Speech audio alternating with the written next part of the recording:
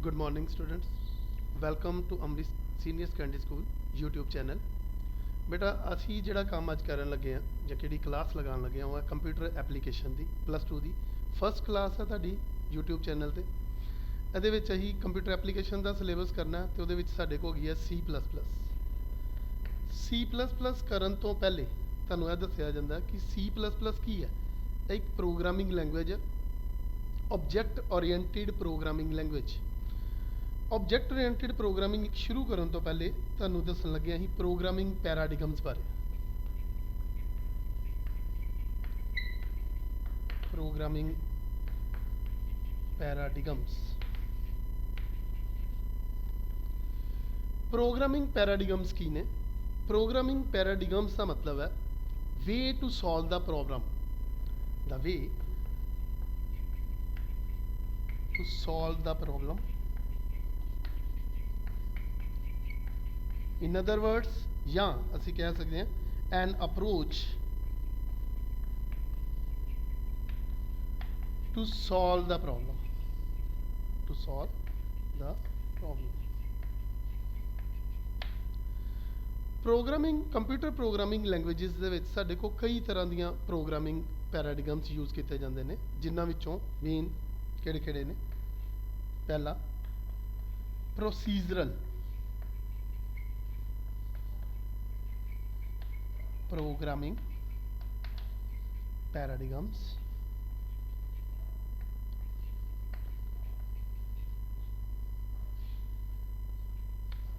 दूसरा modular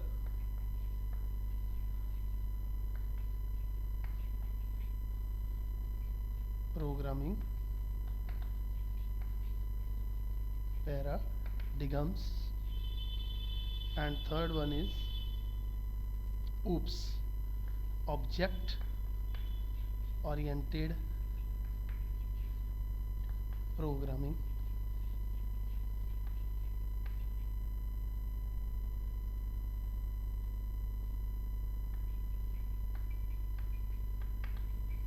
paradigms।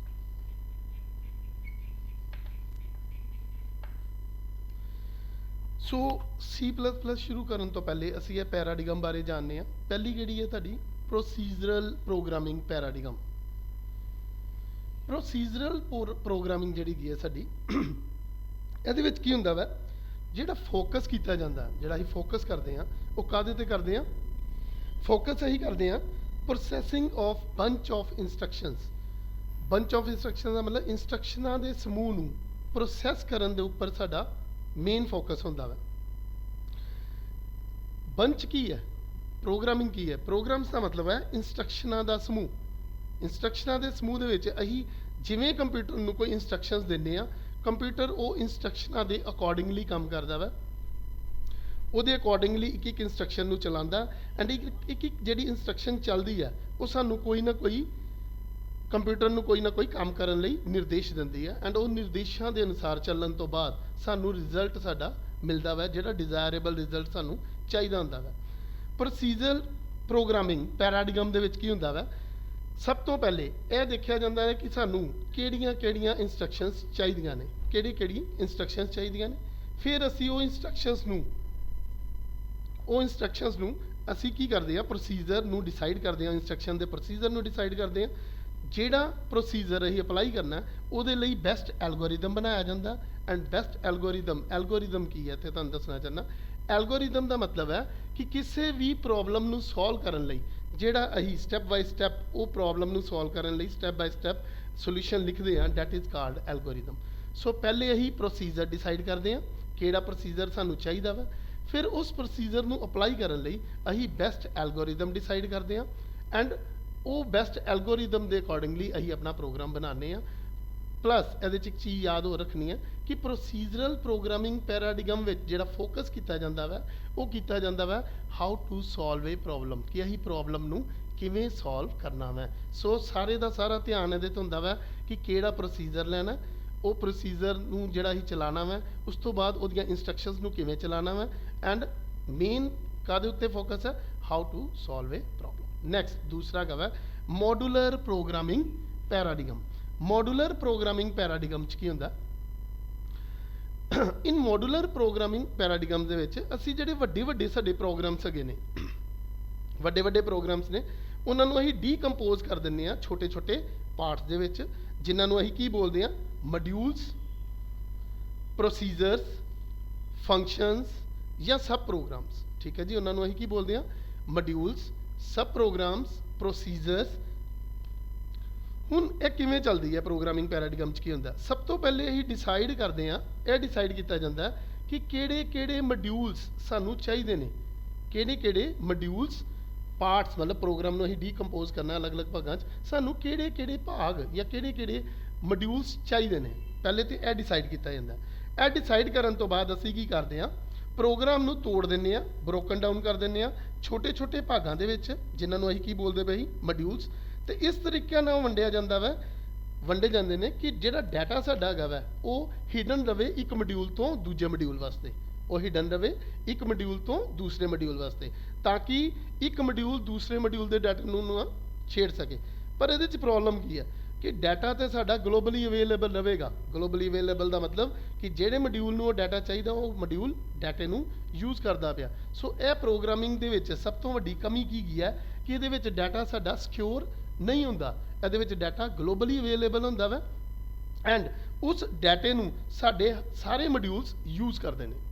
ਉਸ ਤੋਂ ਬਾਅਦ ਤੀਸਰਾ ਹੈਗਾ ਵਾ object oriented programming ਪੈਰਾਡਿਗਮ। Object ਓਰੀਐਂਟਿਡ ਪੈਰਾਡਿਗਮ programming ਜਿਹੜੀ ਕੀ ਹੈ ਸਾਡੀ ਕਿਦੋਂ ਹੋਂਦ ਵਿੱਚ ਆਈ? ਜਦੋਂ ਮੋਡੂਲਰ ਪ੍ਰੋਗਰਾਮਿੰਗ ਜਾਂ ਸਾਡੀਆਂ ਜਿਹੜੀਆਂ ਪੁਰਾਣੀਆਂ ਪ੍ਰੋਗਰਾਮਿੰਗ ਲੈਂਗੁਏਜਸ ਹੈਗੀਆਂ ਸੀ, ਉਹਨਾਂ ਵਿੱਚ ਜਿਹੜੀਆਂ ਕਮੀਆਂ ਸੀ ਉਹਨਾਂ ਨੂੰ ਦੂਰ ਕਰਨ ਲਈ ਅਸੀਂ ਆਬਜੈਕਟ ਓਰੀਐਂਟਿਡ ਪ੍ਰੋਗਰਾਮਿੰਗ ਦੀ ਹੋਂਦ ਜਾਂ ਉਹਦੀ ਕਹਿ ਲਓ ਉਹ ਸਾਡੇ ਸਾਹਮਣੇ ਬਣੀ, ਉਹਦੀ ਸਾਨੂੰ ਜ਼ਰੂਰਤ ਮਹਿਸੂਸ ਹੋਈ। ਆਬਜੈਕਟ ਓਰੀਐਂਟਿਡ ਪ੍ਰੋਗਰਾਮਿੰਗ ਜਿਹੜੀ ਕੀ ਸੀ ਉਹ ਕੀ ਕਰਦੀ ਸੀ? ਉਹ ਰੀਅਲ ਵਰਲਡ ਪ੍ਰੋਗਰਾਮਿੰਗ ਨਾਲ ਰਿਲੇਟਿਡ ਹੀ, ਰੀਅਲ ਵਰਲਡ ਦੇ ਜਿਹੜੇ ਆਬਜੈਕਟ ਹੈਗੇ ਸੀ, ਰੀਅਲ ਲਾਈਫ 'ਚ ਜਿਹੜੇ ਆਬਜੈਕਟ ਹੈਗੇ ਸੀ ਉਹਨਾਂ ਉੱਪਰ ਫੋਕਸ ਕਰਦੀ ਸੀ। ਤੇ ਇਹ ਪ੍ਰੋਗਰਾਮਿੰਗ ਲੈਂਗੁਏਜ ਜਿਹੜੀ ਗਈ ਸੀ ਇਹ ਕੀ ਗਈ ਸੀ? ਰਿਐਲਿਟੀ ਦੇ ਬੜੇ ਨਜ਼ਦੀਕ ਹੀ, ਵਾਸਤਵਿਕਤਾ ਦੇ ਬੜੀ ਨਜ਼ਦੀਕ, ਕਿਉਂਕਿ ਰੀਅਲ ਲਾਈਫ ਦੇ ਆਬਜੈਕਟ, ਰੀਅਲ ਲਾਈਫ 'ਚ ਆਬਜੈਕਟ ਕਿਹੜੇ ਨੇ? ਲਾਈਕ ਬੈਂਕਸ, ਅਸੀਂ ਲੋਕ, ਠੀਕ ਹੈ, ਪਲੱਸ ਸਕੂਲ, ਕਾਲਜਿਸ, ਟੇਬਲਸ, ਇਹ ਸਾਰੇ ਰੀਅਲ ਲਾਈਫ ਦੇ ਆਬਜੈਕਟਸ ਹੈਗੇ ਨੇ। ਹੁਣ ਬਣੀ ਕਿਵੇਂ ਹੈ? ਟੂ ਰਿਮੂਵ ਦਾ ਫਲਾਜ਼ ਆਫ ਦਾ ਮਤਲਬ ਜਿਹੜੀਆਂ ਕਮੀਆਂ ਮੋਡੂਲਰ ਜਾਂ ਪੁਰਾਣੀ ਪ੍ਰੋਗਰਾਮਿੰਗ ਟੈਕਨੀਕਸ ਦੇ ਵਿੱਚ ਹੈਗੀਆਂ ਸੀ ਉਹਨਾਂ ਨੂੰ ਦੂਰ ਕਰਨ ਲਈ ਅਸੀਂ ਇੱਕ ਨਵੀਂ ਪ੍ਰੋਗਰਾਮਿੰਗ ਦੀ ਇਜਾਦ ਕੀਤੀ। ਐਂਡ ਉਹ ਪ੍ਰੋਗਰਾਮਿੰਗ ਬਣੀ ਕਿਵੇਂ? ਪੁਰਾਣੀ ਪ੍ਰੋਗਰਾਮਿੰਗ ਦੇ ਕੁਝ ਕਨਸੈਪਟ, ਕਿਹੜੀ ਹੀ ਪੁਰਾਣੀ? ਮੋਡੂਲਰ ਜਾਂ ਪ੍ਰੋਸੀਜਰਲ, ਹੈ ਨਾ। ਕੁਝ ਕਨਸੈਪਟ ਅਸੀਂ ਪੁਰਾਣੀ ਪ੍ਰੋਗਰਾਮਿੰਗ ਦੇ ਲਿੱਤੇ ਐਂਡ ਕੁਝ ਕਨਸੈਪਟ ਅਸੀਂ ਨਵੀਂ ਪ੍ਰੋਗਰਾਮਿੰਗ ਦੇ ਲਿੱਤੇ, ਜਿਹੜੇ ਕਾਹਦੇ ਤੇ ਨਿਰਭਰ ਕਰਦੇ ਸੀ? ਜਿਹੜੇ ਨਿਰਭਰ ਕਰਦੇ ਸੀ ਡਾਟਾ ਐਂਡ ਫੰਕਸ਼ਨਸ ਦੇ ਉੱਪਰ, ਡਾਟਾ ਐਂਡ ਫੰਕਸ਼ਨਸ ਦੇ ਉੱਪਰ ਨਿਰਭਰ ਕਰਦੇ ਸੀ। ਪਲੱਸ ਇਹ ਦੋਨਾਂ ਨੂੰ ਮਿਲਾ ਕੇ ਇੱਕ ਨਵੀਂ ਲੈਂਗੁਏਜ ਤਿਆਰ ਕੀਤੀ ਜਿਹਨੂੰ ਅਸੀਂ ਨਾਮ ਦਿੱਤਾ ਸੀ ਊਪਸ, ਆਬਜੈਕਟ ਓਰੀਐਂਟਿਡ ਪ੍ਰੋਗਰਾਮਿੰਗ ਅਪਰੋਚ। ਇਹਦੇ ਵਿੱਚ ਅਸੀਂ ਕੀ ਕੀਤਾ? ਅਸੀਂ ਡਾਟਾ, ਜਿਵੇਂ ਤੁਹਾਨੂੰ ਮੈਂ ਪੁਰਾਣੀ ਦੱਸਿਆ ਸੀ ਕਿ ਮੋਡੂਲਰ ਪ੍ਰੋਗਰਾਮਿੰਗ ਵਿੱਚ ਕਮੀ ਕੀ ਸੀ? ਮੋਡੂਲਰ ਪ੍ਰੋਗਰਾਮਿੰਗ 'ਚ ਕਮੀ ਇਹ ਸੀ ਕਿ ਡਾਟਾ ਜਿਹੜਾ ਸਾਡਾ ਹੈਗਾ ਸੀ ਉਹ ਗਲੋਬਲੀ ਅਵੇਲੇਬਲ ਹੈਗਾ ਸੀ। ਗਲੋਬਲੀ ਅਵੇਲੇਬਲ ਦਾ ਮਤਲਬ ਡਾਟਾ ਸਿਕਿਉਰ ਨਹੀਂ ਗਾ ਸੀ। ਜਿਹੜਾ ਮਰਜ਼ੀ ਫੰਕਸ਼ਨ, ਜਿਸ ਫੰਕਸ਼ਨ ਨੂੰ ਉਹ ਡਾਟਾ ਚਾਹੀਦਾ ਉਹ ਫੰਕਸ਼ਨ ਉਹ ਡਾਟੇ ਨੂੰ ਯੂਜ਼ ਕਰ ਲੈਂਦਾ ਸੀ। ਹੁਣ ਨਵੀਂ ਪ੍ਰੋਗਰਾਮਿੰਗ ਕੱਢੀ ਗਈ ਤਾਂ ਕਿ ਪੁਰਾਣੀ ਪ੍ਰੋਗਰਾਮਿੰਗ ਦੀਆਂ ਕਮੀਆਂ ਨੂੰ ਅਸੀਂ ਦੂਰ ਕਰ ਸਕੀਏ। ਤੇ ਪੁਰਾਣੀ ਪ੍ਰੋਗਰਾਮਿੰਗ ਦੀ ਮੇਨ ਕਮੀ ਹੀ ਕਿ ਉਹਦੇ ਵਿੱਚ ਡਾਟਾ ਸਿਕਿਉਰ ਨਹੀਂ ਗਾ ਸੀ।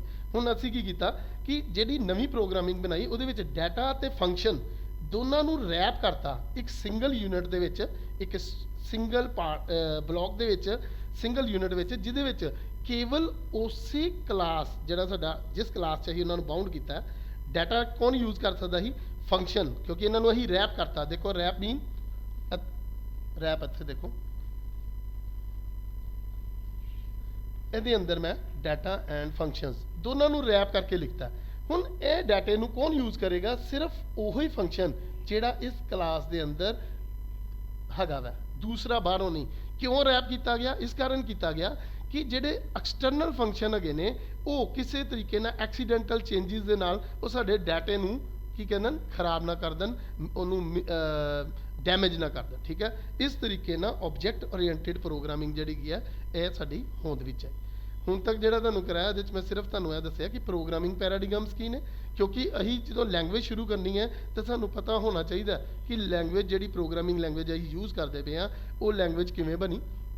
ਹੁਣ C++ ਕਰਨ ਤੋਂ ਪਹਿਲੇ ਆਪਾਂ ਪ੍ਰੋਗਰਾਮਿੰਗ ਪੈਰਾਡੀਗਮ ਦੀ ਗੱਲ ਕੀਤੀ, ਉਹਦੇ ਵਿੱਚ ਤੁਹਾਨੂੰ ਦੱਸਤਾ ਪ੍ਰੋਸੀਜਰਲ ਕਿਹੜੀ ਹੈ, ਮੋਡੂਲਰ ਕਿਹੜੀ ਹੈ, ਆਬਜੈਕਟ ਓਰੀਐਂਟਡ ਕਿਹੜੀ ਹੈ।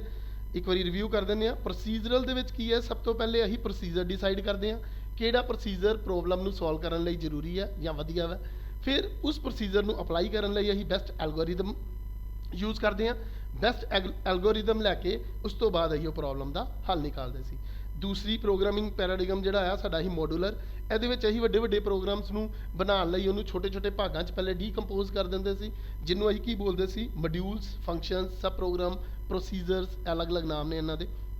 ਉਹਨੂੰ ਕਰਨ ਲਈ ਸਭ ਤੋਂ ਪਹਿਲੇ ਇਹ ਦੇਖਿਆ ਜਾਂਦਾ ਸੀ ਕਿ ਕਿਹੜੇ ਕਿਹੜੇ ਮੋਡਿਊਲਸ ਸਾਨੂੰ ਚਾਹੀਦੇ ਨੇ, ਠੀਕ ਹੈ। ਉਸ ਤੋਂ ਬਾਅਦ ਅਸੀਂ ਉਹਨੇ ਮੋਡਿਊਲਸ ਦੇ ਵਿੱਚ ਉਹ ਪ੍ਰੋਗਰਾਮ ਨੂੰ ਡਿਵਾਈਡ ਕਰਦੇ ਸੀ, ਲੇਕਿਨ ਉਸ ਨੂੰ ਇਸ ਤਰੀਕੇ ਨਾਲ ਕੀਤਾ ਜਾਂਦਾ ਹੈ ਕਿ ਡਾਟਾ ਜਿਹੜਾ ਹੈਗਾ ਵਾ ਉਹ ਇੱਕ ਮੋਡਿਊਲ ਦਾ ਦੂਜਾ ਮੋਡਿਊਲ ਨਾ ਦੇਖ ਸਕੇ, ਲੇਕਿਨ ਯੂਜ਼ ਜਿਹੜਾ ਹੁੰਦਾ ਸੀ ਉਹ ਸਾਰੇ ਮੋਡਿਊਲ ਇੱਕੋ ਸੇਮ ਡਾਟੇ ਨੂੰ ਕਰਦੇ ਹੁੰਦੇ ਸੀ, ਜਿਸ ਕਾਰਨ ਇਹ ਪ੍ਰੋਗਰਾਮਿੰਗ ਲੈਂਗੁਏਜ ਦੇ ਵਿੱਚ ਕੀ ਸੀ ਕਿ ਜਿਹੜਾ ਜ਼ਿਆਦਾ ਫੋਕਸ ਕੀਤਾ ਜਾਂਦਾ ਸੀ ਉਹ ਡਾਟੇ ਉੱਪਰ ਕੀਤਾ ਜਾਂਦਾ ਸੀ, ਐਂਡ ਡਾਟੇ ਦੇ ਉੱਪਰ ਫੋਕਸ ਕਰਦੇ ਸੀ, ਲੇਕਿਨ ਡਾਟਾ ਸਾਡਾ ਜਿਹੜਾ ਸੀ ਇਹ ਲੈਂਗੁਏਜ ਦੇ ਵਿੱਚ, ਇਹ ਪ੍ਰੋਗਰਾਮਿੰਗ ਲੈਂਗੁਏਜ 'ਚ ਸਿਕਿਉਰ ਨਹੀਂ ਗਾ ਸੀ।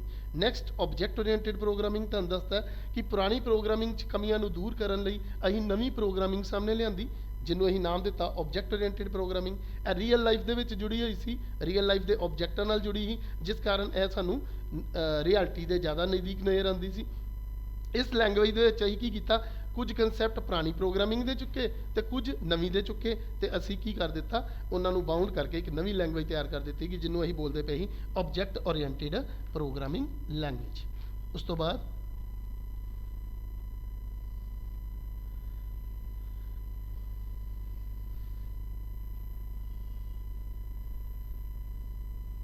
ਨੈਕਸਟ ਹੁਣ ਅਸੀਂ ਗੱਲ ਕਰਦੇ ਹਾਂ ਊਪਸ ਜਿਹੜੀ ਲੈਂਗੁਏਜ ਪੜ੍ਹੀ ਹੈ ਉਹਦੇ ਫੀਚਰਸ ਦੀ। ਊਪਸ ਦੇ ਫੀਚਰਸ ਕਿਹੜੇ ਨੇ? ਊਪਸ ਫੀਚਰਸ, ਪਹਿਲਾ ਇਹਦੀ ਵਿਸ਼ੇਸ਼ਤਾ ਕੀ ਹੈ?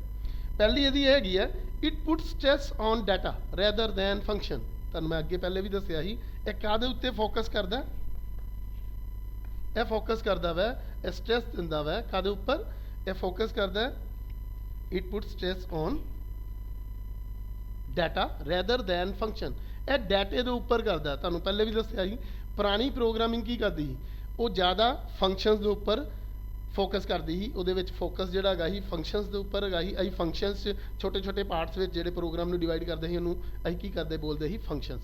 ਹੁਣ ਆਹ ਜਿਹੜੀ ਸਾਡੀ ਲੈਂਗੁਏਜ ਹੈਗੀ ਆ ਊਪਸ, ਇਹ ਕਾਹਦੇ ਉੱਤੇ ਫੋਕਸ ਕਰਦੀ ਹੈ, ਡਾਟੇ ਉੱਪਰ, ਕਿਉਂਕਿ ਇਹਦੇ ਵਿੱਚ ਕਿਹਾ ਜਾਂਦਾ ਕਿ data is more important than function.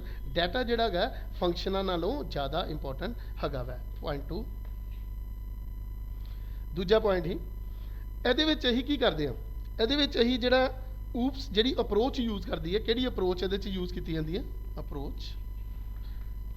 ਅਪਰੋਚਿਸ ਤੁਹਾਨੂੰ ਹੁਣੇ ਦੱਸੀਆਂ ਅਲੱਗ-ਅਲੱਗ, ਲੇਕਿਨ ਇਹਦੇ ਵਿੱਚ ਜਿਹੜੀ ਅਪਰੋਚ ਯੂਜ਼ ਕੀਤੀ ਜਾਂਦੀ ਹੈ ਉਹ ਕੀਤੀ ਜਾਂਦੀ ਹੈ ਬੋਟਮ ਟੂ ਅਪ, ਠੀਕ ਹੈ। ਬੋਟਮ ਅਪ ਅਪਰੋਚ ਯੂਜ਼ ਕਰਦੇ ਹਾਂ। ਬੋਟਮ ਅਪ ਦਾ ਮਤਲਬ ਕੀ ਹੈ ਕਿ ਪ੍ਰੋਗਰਾਮ ਜਿਹੜਾ ਬਣਾਇਆ ਜਾਂਦਾ ਵਾ ਉਹ ਸਾਡਾ ਪ੍ਰੋਗਰਾਮ ਐਕਚੁਅਲ 'ਚ ਚੱਲਦਾ ਟੌਪ ਡਾਊਨ ਅਪਰੋਚ। ਪੁਰਾਣੀ ਪ੍ਰੋਗਰਾਮਿੰਗ ਟੌਪ ਡਾਊਨ ਨੂੰ ਯੂਜ਼ ਕਰਦੀ ਸੀ। ਬੋਟਮ ਅਪ ਮੀਨ ਕਿ ਥੱਲਿਓਂ ਪ੍ਰੋਗਰਾਮ ਜਿਹੜਾ ਹੈਗਾ ਵਾ ਉਹ ਚੱਲਦਾ, ਬੋਟਮ ਤੋਂ ਅਪ ਵੱਲ ਉਹ ਧਿਆਨ ਦਿੰਦਾ। ਤੀਸਰਾ ਇਹਦੇ ਵਿੱਚ ਕੀ ਕੀਤਾ ਜਾਂਦਾ, ਫੋਕਸ ਜਿਹੜਾ ਦਿੱਤਾ ਜਾਂਦਾ ਵਾ ਉਹ ਦਿੱਤਾ ਜਾਂਦਾ ਵਾ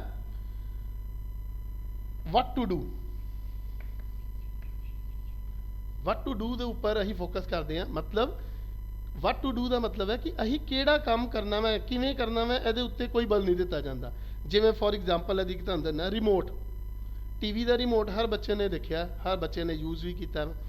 ਹੁਣ ਟੀਵੀ ਦਾ ਰਿਮੋਟ ਕਿਵੇਂ ਵਰਕ ਕਰਦਾ ਵਾ, ਕਿਵੇਂ ਕਮਿਊਨੀਕੇਟ ਕਰਦਾ ਵਾ ਟੀਵੀ ਦੇ ਨਾਲ ਤੇ ਰਿਮੋਟ ਦੇ ਵਿੱਚ ਕਮਿਊਨੀਕੇਸ਼ਨ ਕਿਵੇਂ ਹੁੰਦੀ ਹੈ, ਇਹਦੇ ਬਾਰੇ ਸਾਨੂੰ ਜਾਣਨ ਦੀ ਕੋਈ ਜ਼ਰੂਰਤ ਨਹੀਂ। ਸਾਨੂੰ ਕੀ ਸਿਖਾਇਆ ਗਿਆ ਕਿ ਅਸੀਂ ਟੀਵੀ ਦੇ ਰਿਮੋਟ ਨੂੰ ਸਿਰਫ ਯੂਜ਼ ਕਰਨਾ, ਪਲੱਸ ਦਾ ਬਟਨ ਵੋਲੀਅਮ ਨੂੰ ਇਨਕਰੀਜ਼ ਕਰਨ ਲਈ, ਮਾਈਨਸ ਡਿਕਰੀਜ਼ ਕਰਨ ਲਈ, ਚੈਨਲ ਚੇਂਜ ਕਰਨ ਲਈ, ਸਾਨੂੰ ਸਿਰਫ ਉਹ 2-4 ਬਟਨਾਂ ਦਾ ਪਤਾ, ਐਂਡ ਉਹਦੇ ਨਾਲ ਅਸੀਂ ਕੀ ਕਰਦੇ ਪਏ ਹਾਂ, ਟੀਵੀ ਐਂਡ ਰਿਮੋਟ ਆਪਸ 'ਚ ਕਮਿਊਨੀਕੇਟ ਕਰਦੇ ਹਾਂ। ਬਟ ਇੰਟਰਨਲੀ ਉਹ ਕਿਵੇਂ ਕਰਦੇ ਪਏ ਨੇ ਸਾਨੂੰ ਇਹ ਨਹੀਂ ਸਮਝਾਇਆ ਜਾਂਦਾ। ਸੋ ਇਹ ਜਿਹੜੀ ਪ੍ਰੋਗਰਾਮਿੰਗ ਹੈਗੀ ਹੈ ਸਾਡੀ ਊਪਸ, ਇਹ ਕੀ ਕਰਦੀ ਹੈ, what to do ਦੇ ਬਲ ਦਿੰਦੀ ਹੈ, ਨਾ ਕਿ instead of how to do, ਕਿਵੇਂ ਇਹ ਕੰਮ ਕਰਨਾ। ਚੌਥਾ ਇਹਦਾ ਫੀਚਰਸ ਕੀ ਹੈਗਾ ਵਾ ਕਿ ਇਹ ਲੈਂਗੁਏਜ ਜਿਹੜੀ ਹੈਗੀ ਹੈ easy to understand and implement.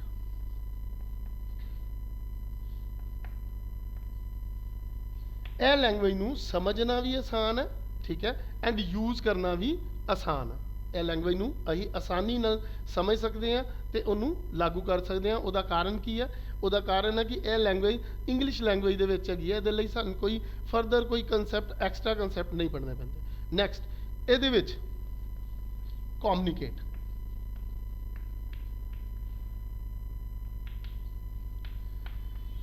ਇਹਦੇ ਵਿੱਚ ਦੋ ਆਬਜੈਕਟ ਆਪਸ ਵਿੱਚ ਕਮਿਊਨੀਕੇਟ ਕਿਵੇਂ ਕਰਦੇ ਨੇ? ਇਹਦੇ ਵਿੱਚ ਦੋ ਆਬਜੈਕਟ ਜਿਹੜੇ ਆਪਸ ਵਿੱਚ ਕਮਿਊਨੀਕੇਟ ਕਰਦੇ ਨੇ, ਉਹ ਇੱਕ ਦੂਜੇ ਨੂੰ ਮੈਸੇਜ ਭੇਜ ਕੇ ਕਮਿਊਨੀਕੇਟ ਕਰਦੇ। ਜਿਵੇਂ ਅਸੀਂ ਆਪਸ ਵਿੱਚ ਕਮਿਊਨੀਕੇਟ ਕਿਵੇਂ ਕਰਦੇ ਹਾਂ? ਅਸੀਂ ਇੱਕ ਦੂਜੇ ਨਾਲ ਗੱਲਬਾਤ ਕਰਦੇ ਹਾਂ। ਮੈਂ ਬੋਲਦਾ ਪਿਆ, ਤੁਸੀਂ ਮੇਰੀ ਭਾਸ਼ਾ ਸਮਝਦੇ ਹੋ, ਤੁਸੀਂ ਰਿਸਪੌਂਸ ਦਿੰਦੇ ਹੋ, ਮੈਂ ਉਹ ਆਨਸਰ ਨੂੰ ਸਮਝਦਾ ਪਿਆ। ਮਤਲਬ ਅਸੀਂ ਕਮਿਊਨੀਕੇਟ ਆਪਸ ਵਿੱਚ ਕਿਵੇਂ ਕਰ ਰਹੇ ਹਾਂ? ਅਸੀਂ ਆਪਸ ਵਿੱਚ ਕਮਿਊਨੀਕੇਟ ਕਰਦੇ ਪਏ ਹਾਂ ਮੈਸੇਜ ਪਾਸਿੰਗ ਦੇ through.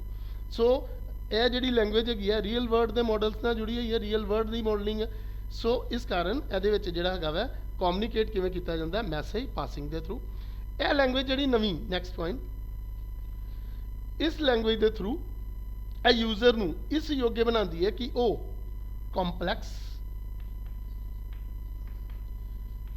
User defined data type create ਕਰ ਸਕੇ, ਠੀਕ ਹੈ।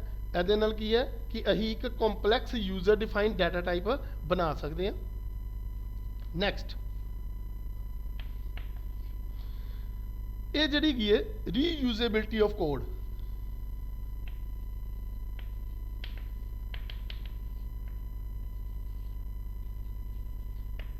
ਇਹ ਲੈਂਗੁਏਜ ਜਿਹੜੀ ਕੀ ਹੈ ਇਹ ਕਾਹਦੇ ਉੱਤੇ ਕਰਦੀ ਹੈ? ਜ਼ਿਆਦਾ ਜ਼ੋਰ ਦਿੰਦੀ ਹੈ ਰੀਯੂਜ਼ੇਬਿਲਟੀ ਆਫ ਕੋਡ। ਇਹਦੇ ਵਿੱਚ ਇੱਕ ਵਾਰੀ ਕੋਡ ਬਣਾ ਲਿੱਤਾ ਜਾਂਦਾ ਵਾ, ਉਹਨੂੰ ਟੈਸਟ ਕਰ ਲਿੱਤਾ ਜਾਂਦਾ ਵਾ, ਉਹਦੀਆਂ ਗਲਤੀਆਂ ਨਿਕਾਲ ਲਿੱਤੀਆਂ ਜਾਂਦੀਆਂ ਤੇ ਉਹਨੂੰ ਅਸੀਂ ਪ੍ਰੋਗਰਾਮ ਦੇ ਵਿੱਚ ਜਿੱਥੇ ਮਰਜ਼ੀ ਜਿੰਨੀ ਮਰਜ਼ੀ ਵਾਰੀ ਯੂਜ਼ ਕਰ ਸਕਦੇ ਹਾਂ। ਸਾਨੂੰ ਬਾਰ-ਬਾਰ ਉਹ ਕੋਡ ਲਿਖਣ ਦੀ ਜ਼ਰੂਰਤ ਨਹੀਂ।